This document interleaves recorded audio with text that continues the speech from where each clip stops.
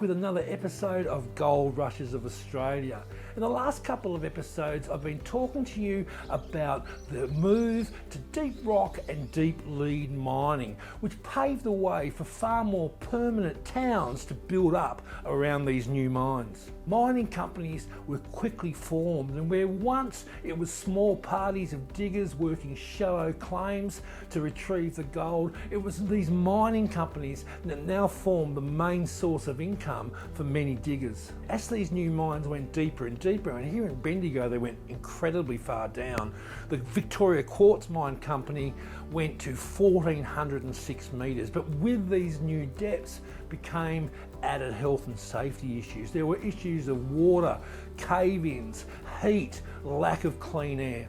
Once rock drills were introduced in the early 1880s by Bendigo gold tycoon George Lancel, this added another layer of risk for the miners, and that was the dust caused by the drilling into the quartz that caused a condition called miners' phthisis, which is very similar to asbestosis in that the dust would clog up the miner's lungs, often leading to an early death. Now, deep lead mining could be just as dangerous. In Creswick, on the 12th of December 1882, at the number 2 Australasian deep lead mine, a group of miners were working the night shift when they struck water. Quickly, the tunnel and the shaft filled up with water. Now, the miners did their best to escape. There were 27 of them, and only 5 made it out, making this the largest disaster to ever happen in a mine on Australian shores. Now, there was a public outcry about these deaths and a new awareness of the terrible conditions that many of these miners were working in.